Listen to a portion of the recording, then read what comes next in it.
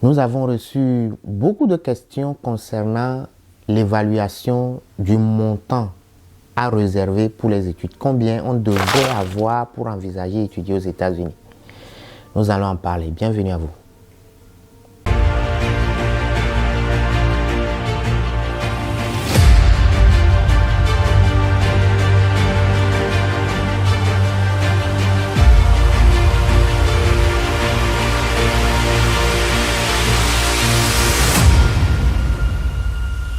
Si c'est votre première fois de nous suivre, nous parlons ici sur cette chaîne de métiers, de profession, de formation. Merci donc de vous abonner, de cliquer sur la cloche de notification. Comme le comprenez, vous abonner ne vous coûte rien, mais cela nous fait extrêmement plaisir. Et quels sont les éléments à prendre en compte pour l'évaluation du montant des études aux États-Unis? Nous allons, par cette vidéo, vous permettre, et nous espérons qu'à la fin de cette vidéo, vous ne sortirez pas bredouille, que vous pourriez à un moment donné évaluer concrètement combien vous devrez avoir pour envisager venir étudier aux États-Unis.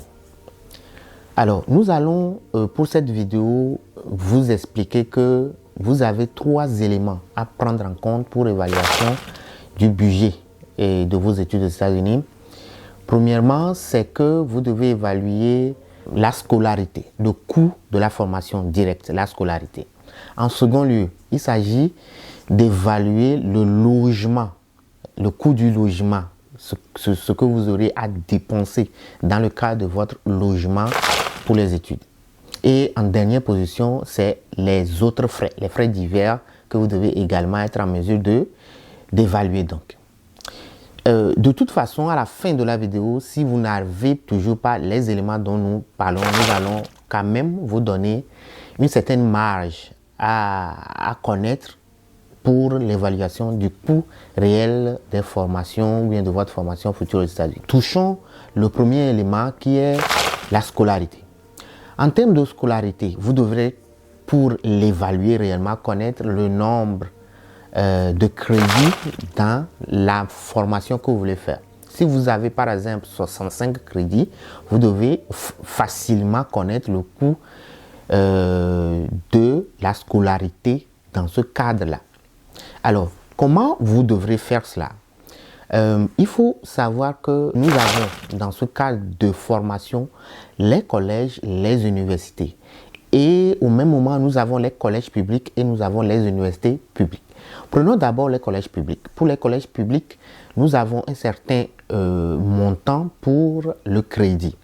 Par exemple, vous trouverez des collèges qui évaluent le coût du crédit à entre 200 et 250 $ pour les résidents permanents. Donc, ceux qui ont une green card et d'autres statuts qui leur permettent d'étudier aux États-Unis. Et pour les étrangers, les détenteurs de visa études pour étudier aux États-Unis, c'est presque le double. Donc, c'est entre 400 et 450. Et ça peut aller au-delà, bien sûr. Également, ça peut être au-delà pour les résidents permanents.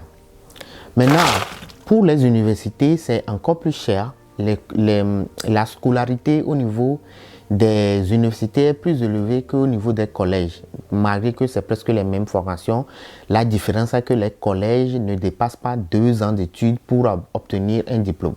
Le haut diplôme que vous pouvez obtenir dans les collèges, c'est l'associé degré qui évalue à 2 ans d'études. Une fois que vous avez décidé d'avoir un bachelor, donc une licence, 4 ans d'études, vous allez à l'université pour faire 2 autres années qui vont s'ajouter aux 2 ans dans les collèges et vous obtenez votre licence. Ou carrément, vous allez directement dans une université pour faire les 4 ans d'études. Donc, dans les universités, le coût du crédit est un peu plus élevé. Et il faudrait donc savoir combien cela coûte. Nous allons tout à l'heure donner une fourchette pour que vous puissiez vous adapter. Alors, ce que vous devez savoir, c'est que par exemple, pour les études dans les collèges, si vous ne connaissez pas le nombre de crédits, vous pouvez l'évaluer globalement à 10 200 $ par an de formation. Donc, pour les 2 ans, à peu près 10 400, bien 10 500 dollars en moyenne, je rappelle bien. Parce que, comme je l'ai expliqué au départ, nous avons plusieurs collèges. Nous avons les collèges publics, privés, universités et tout ça. C'est une moyenne que je donne pour les études dans les collèges. Maintenant, pour une personne avec un visa études, il va falloir payer un peu plus. Et dans ce cas-là, si vous ne connaissez pas le nombre de crédits dans votre matière ou bien dans votre formation, sachez que la moyenne que vous pouvez dépenser devrait se tourner autour de 26 290 dollars. C'est toujours une moyenne. Vous pouvez trouver moins, vous pouvez trouver plus par an, bien sûr. Donc, si vous voulez faire 2 ans, ça fait 26 000 et quelques multiplié par 2 pour savoir combien vous devriez dépenser pour les études aux États-Unis si vous êtes étranger, si vous êtes étudiant international. Pour les universités qui coûtent un peu plus cher que le collège, vous devriez dépenser par an en moyenne 35 000 dollars pour faire les études. Et je rappelle que c'est la scolarité dont nous parlons. Deuxième partie, voyons maintenant le logement, le coût du logement. Pour le logement, vous devez comprendre qu'il y a plusieurs États et dans ces États, il y a plusieurs écoles. Et vous avez la possibilité de vous loger soit au sein du collège ou bien de l'université ou soit à l'extérieur du collège et de l'université pour venir suivre les cours. Si vous habitez au sein du collège ou bien de l'université, parfois c'est mieux pour vous parce que c'est un peu plus abordable. Maintenant, si vous habitez à l'extérieur, c'est un peu plus cher. En moyenne, vous trouverez le coût du logement qui devrait se situer entre 441 dollars et 675 dollars par mois. Maintenant, si vous voulez habiter à l'extérieur du collège ou bien de l'université, vous devriez dépenser entre 500 dollars et 3500 dollars par mois de logement. Je rappelle bien que cela dépend du niveau de confort que vous souhaiterez avoir parce que dans les grands États, le logement coûte plus cher que les petits États et dans les petites villes. Donc, vraiment, il y a une disparité entre le coût du logement. Cela dépend de là où vous voulez étudier, de là où vous voulez vous loger, également de votre niveau d'aisance que vous souhaiterez avoir. Voyons la dernière partie qui est les coûts divers. Okay?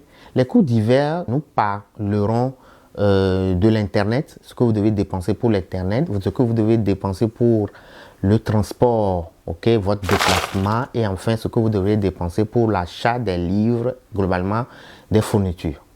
Prenons l'Internet. Pour l'Internet, vous devriez dépenser entre 30 dollars et 70 dollars par mois pour souscrire à un service Internet.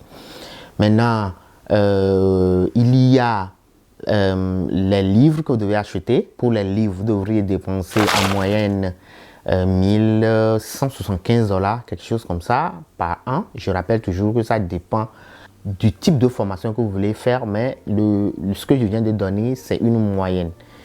Bien, maintenant, voyons le déplacement. Pour le déplacement, si vous voulez utiliser les bus et que vous n'êtes pas loin de l'établissement, vous devriez dépenser entre 20 dollars et 60 dollars par mois pour le déplacement. Maintenant, vous avez aussi la possibilité d'être détenteur de votre propre moyen de déplacement, une voiture par exemple. En ce moment, vous devriez dépenser entre 25 dollars et 50 dollars de carburant par semaine à peu près. Cela dépend de la distance que vous parcourez avant de venir au cours et également peut-être de votre travail que vous avez trouvé pour supporter vos études. Donc voilà à peu près les trois éléments dans les divers: l'Internet, le déplacement et fourniture.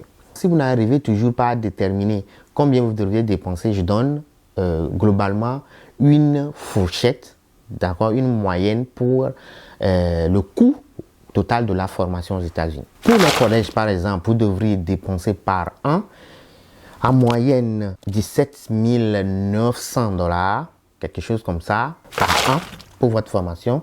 Maintenant, si nous prenons les universités, vous devriez dépenser 25 890 dollars à peu près par an. Maintenant, si nous prenons une personne avec un visa études qui devait venir étudier ici, dans une université, vous devriez dépenser en moyenne 1 950 $ par an. Et enfin, pour des personnes qui devraient faire les universités privées, la personne devrait dépenser en moyenne 52 200 $ par an de formation pour les 4 ans. Donc multiplié par 4 pour connaître le coût réel de la formation du début jusqu'à la fin, selon le diplôme que vous souhaiterez avoir. Pour finir, il y a des possibilités de bourse qui devraient réduire le coût de votre formation. Pour les résidents permanents, c'est un peu plus simple. Vous avez beaucoup d'opportunités de bourse venant de l'État et également venant du collège ou bien de l'université dans lequel vous souhaiterez étudier. Pour les étudiants internationaux, c'est un peu plus difficile pour trouver des bourses, mais vous avez l'opportunité quand même de demander au niveau des collèges selon les critères qu'ils donneront. Si vous rentrez dans ces critères ou non, vous devrez avoir une petite aide quelque part financière pour réduire le coût de votre formation. Maintenant, peut-être bien que vous pourrez trouver un petit travail. J'avais déjà enregistré une vidéo qui parlait du travail aux États-Unis en tant qu'étudiant et tout ça. Comprenez que vous ne pouvez pas dépasser 20 heures de travail par semaine, ce qui ne pourrait pas financer la totalité de vos études aux États-Unis. J'espère que cette vidéo vous aura permis de comprendre et d'évaluer le coût de votre formation aux États-Unis. Un plaisir de vous retrouver la semaine prochaine pour un autre sujet portant sur les métiers, les professions, les formations. Yakasa.